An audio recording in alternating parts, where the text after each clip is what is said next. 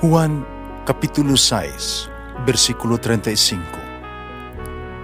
Si Jesus miingon kanila, "Ako mao ang pan nga naghatag sa kinabuhi. Ang muari kanako dili nagayod gutumon, ug ang mutuo kanako dili nagayod uhawon." Ang mga puno Pan sa kinabuhi. maglikon unta sa mong pagtuo ug gagaka kami sa pagtuman sa imong mahal nga kasuguan.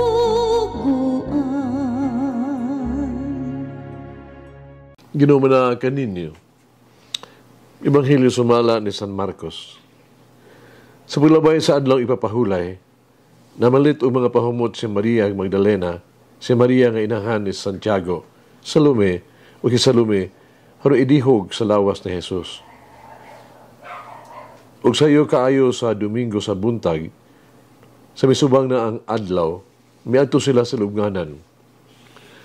Samtang sila ng lakaw, nag-inunay sila, kinsa may atong paligiron sa bato, aron pag-abli sa lubnganan. Dako kaayo kining batuha. Unya sa pagtanaw nila, ilang nakita nga naligid na ang bato, nagisira sa lubnganan. Usa nanulod sila sa lubnganan, nakita nila didto ang usa ka batanong lalaki nga naglingkod sa tuo, nagsulob og taas nga puting sapot, nangalisang sila. Pamiingon siya kanila, "Ayaw kamo kahadlok, mangita kamo kang Jesus nga taga Nazaret, nga gilansang sa krus, wala na siya dinhi, nabanhaw siya. Tanawa ang ilang gibutangan kaniya. Takaw kamo, suginli ang iya mga tinunan, lakip si Pedro, nga si Jesus nag-una kaninyo sa Galilea. Dito inyo siyang hikitan, sumala sa iyang gisulti kaninyo."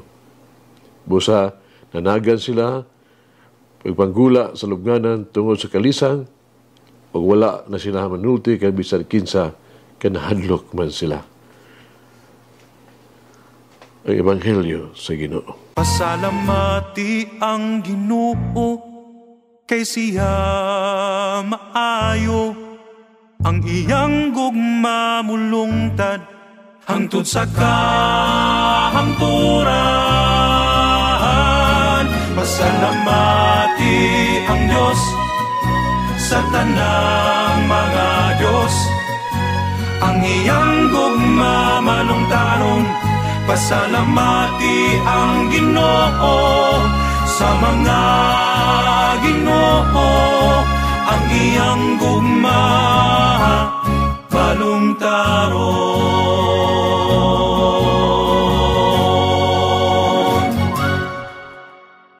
Unsa mga diskubrihan sa mga disipulo ni Jesus sa ikatulong adlaw sa kamatayon niya? Walay usa sa mga sumusunod ni Jesus nga nagapaabot nga makakita sa usa ka walay sulod nga lubnganan og makadungog og mensahe sa anghel. Nung nangita man kamo sa buhi taliwala sa mga patay. Hinumdumi kung unsa ang iyang gisulti kaninyo. Samtang dito pa siya sa Galilea, nga anak sa tao, kinahanglan itugyan ngadto sa mga kamot sa makasala nga mga tao. O ilang ilansang sa krus, di katulog kaadlaw, mabanhaw. Lucas 24:5-7. Nagawag kanila sa pagtuo nga si Jesus tinuod yung nabanhaw sumala sa gisaad. Kining maayong balita, dili sayon alang kanila nga nasabtan, dili sayon sabtan tungod kay ang ilang makasing-kasing ba, nabugatan pagyod sa kasubo o sa pagduha-duha. Ang mababae nga nagmahal kaniya, may unang bibisita sa lubnganan, may nakasaksi nga naligid na ang bato o nga gialis lubnganan, o nakaduwa pag mensahe sa anghel nga siya nabanhaw na. Ang mga tinunan sama ni Pedro o ni Juan, no? Nakita sa bakanting lubnganan, gihatag sa Ginoo ang mga pinilong panapton, no? nga gisulob ni Jesus sa iyang paglubong ang matuod kasi na banhaw. Sa pagsabuag sa balita nga siya na banhaw na, si Jesus mismo nagpakita o iyang gipadayag nga nabuntog na niya ng iyang ang kamatayon diha siyang pagkabanhaw. Usa ka butang nga sigurado kung si Jesus wala pa mabanhaw gikan sa mga patay ug napakita siya sa iya mga tinun-an, kita wala untay madungog mahitungod kaniya. Ang realidad sa pagkabanhaw mao ang sentro sa kamatuoran sa atong Kristohanong pagtuo. Pinagisagasa sa Espiritu Santo, ang Ginoo naghatag kanato og mga mata sa pagtuo haron makaila kaniya ug sa gahom sa iyang pagkabanhaw. Ang labing dakong kalipay nga ato ang maangkon mao ang paghimamat sa buhi nga Ginoo ug sa pagkaila kaniya sa personal. Ang Sabado Santo di lamang paghandom sa gibuhat sa Dios sa miaging mga panahon. Ang Sabado Santo nagsaulog usab sa gibuhat sa Dios karon. Si Jesus tinuod nga nagluwas kanato pinagi sa pagpakamatay sa krus kapina sa 2,000 katuig nga milabay.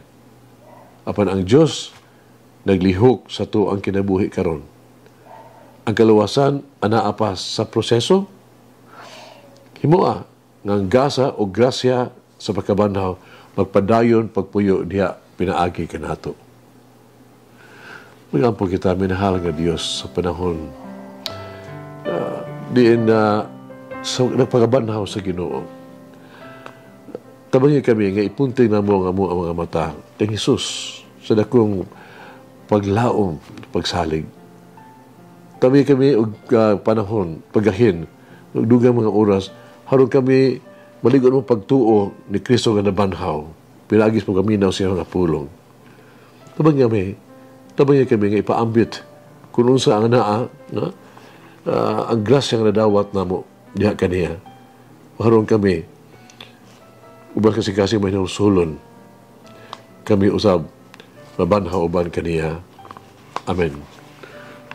Mama Mary, lead my heart to rest in faith in the silence of the tomb.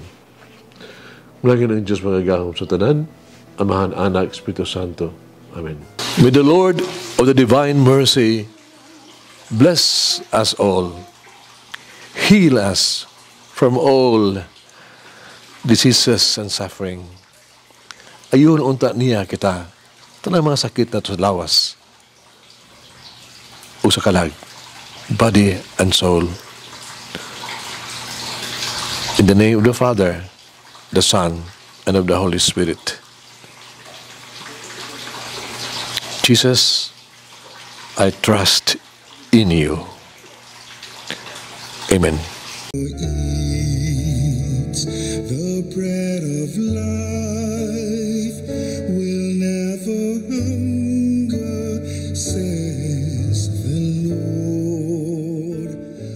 Kay galaan inyong nabati ang pagpaambit ug hamubong pamalandong sa pulong sa Dios pinaagi sa tulumanon pan sa kinabuhi nga gidumala ni Monsignor Daddy Silva. Hangtod na usab sa sunod higayon, daghang salamat. The bread of life.